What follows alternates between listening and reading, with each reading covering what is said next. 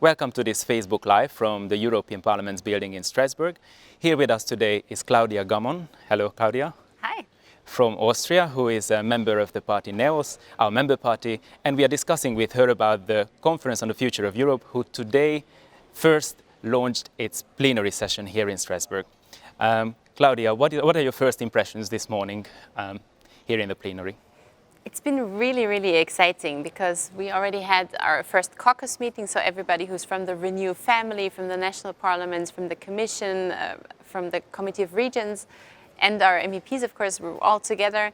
And it was really nice to get to know these people. You know, you hardly ever get the chance to really talk to also other liberals and from the Renew family all across that work in different institutions. So that's a nice start. And today it was really exciting. I didn't know at first what to expect, but you really had the feeling in the room that everybody was ready to get to work. So you said we are ready to get to work. We are also going to have the citizens on board very soon. It was decided that this is really an exercise where all corners of Europe should be involved in. I also heard that you started organizing events in Austria with your constituents, with your voters, or anyone interested in this project. Could you tell us your experience a little bit there? Yeah, my party NEOS was always big on citizen engagement, so that has always been our story, and it's really good that we get to use the knowledge that we have on this for the Conference on the Future of Europe. And I had 2 events this week. They were my first in-person events in over 15 months, I think, after the pandemic, and people were really excited. Not all of them knew about the conference, and I think this will be one of the major things that we have to achieve at first is tell everybody about this. This is happening now. This is your chance to really get your points across. If you've always wanted to say something that you wanted to say about the future of Europe, now is the chance. And people were really interested in debating the different topics. Obviously, there are a couple of questions that we also know are still open, like what will happen to the results of the conference. That is something that we will have to push for the citizens. That is also in the interest of the Parliament, because the Parliament has always, and especially Renew Europe, has always pushed for there need to be results that will have consequences. You know, something has to come of it. Changes will have to come of it. It's not just, you know, more paper that we put somewhere after the fact. So Indeed. That's what was most interesting for people. Indeed, it was an electoral promise of Renew Europe already 2 years ago in the Europe elections that we will do this conference and that we want to see real results and real change, how Europe works. But we also said that we want to really give the floor to the citizens and to decide on the priorities. So what do you see, what were the topics that were most interesting so far for your Austrian citizens? Well, they're really diverse, and I think that's one of the main things that maybe also everybody in the Parliament will see after a while, is that it's not just that citizens have a different perspective than maybe parliamentarians, but that Europeans are really diverse, depending on whether or not that they're really young, where they live, the kind of background that they have different interests. But all of them know that Europe will have to come together a bit more. We'll need to change, we'll need to reform in order to keep the spirit of the European way of life also, you know, still working and successful in a changing world, because they know that our way of life is under pressure from more autocratic rulers across the world that are, you know, have a really different opinion about freedom, about democracy. And if we want to keep that in Europe and also, you know, show people that it can be successful to live in a liberal democracy as we do, and that it's the right way to do it, to give people rights, civil rights, human rights, and to have a lively democracy, then we will need to change some things in order for it to succeed in the 21st century.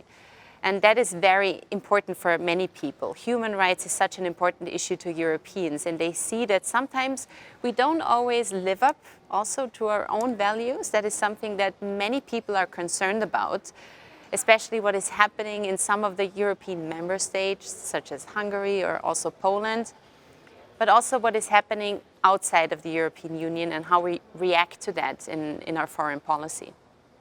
Indeed, it is a moment of reflection for all of us to, to take stock of what have we achieved as a community together and where we can go in the next decades.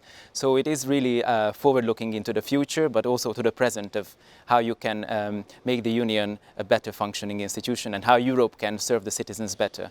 But because we talk about the future, it's also, of course, the future generations that we're talking about. So how much, you are a young MEP, Oh, and, thank you. and of course, probably a lot of Neosis voters are also young citizens. Do you think that they are engaged in this debate or interested? Young people are very interested in Europe. They know that this is not only their past, but it is their future. It is the way to go forward. And I noticed that many young people, and while I may be young from the EP's perspective, I'm already past 30. So I feel really bad about saying that I represent 18-year-olds. I have a tough time doing that. But I think it's important to give them, a voice in the parliament and to let them speak for themselves. And what I do notice is that many of them really feel like they have a European identity, and that they have trouble, with other people, at times older generations, trying to keep dividing Europe and trying to be, keeping everybody separate, having this really strong feeling of what should be a member state's competence and what should be not. I have the feeling that they think in different terms. They think about what works best. We should do what works best and try to live policy building by that motto, actually, which is very logical. Yeah. Practical here. In practical terms, if we think about next year when this conference will round up and we will be concluding it, how do you imagine the success rate of it, or how do you imagine what would it make it a successful event for you?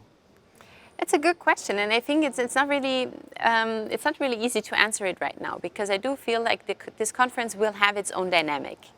The bigger the debates get, as soon as the citizens will come in with their ideas, it will be a lot livelier, and I think also more interesting for people across Europe to follow it. And what I do think is what will also change the dynamic is that the debate will not only happen here in the plenary, also with the citizens in the conference, but everywhere. Every kitchen table in Europe. Europe will once again be a topic of discussion. That, I think, will count as a success, and that people will feel seen and feel heard in the European institutions, and that maybe we can bridge this gap that there is between the citizens of Europe and their institutions in Brussels and in Strasbourg and everywhere else. So that is one of the success measures, and of course also that we can really, work on tangible results in the conference and that things will change. That is a successful conference. Okay, but let's not rush forward to the results yet. What we would like to invite all citizens watching today here is to be really part of the debate, follow Renew Europe, come to our events and be part of the conversation. Thank you, Claudia, for this discussion. Thank you. And yeah, see you around Europe. Yeah. On the bandwagon. Let's talk about Europe. Bye-bye. Bye.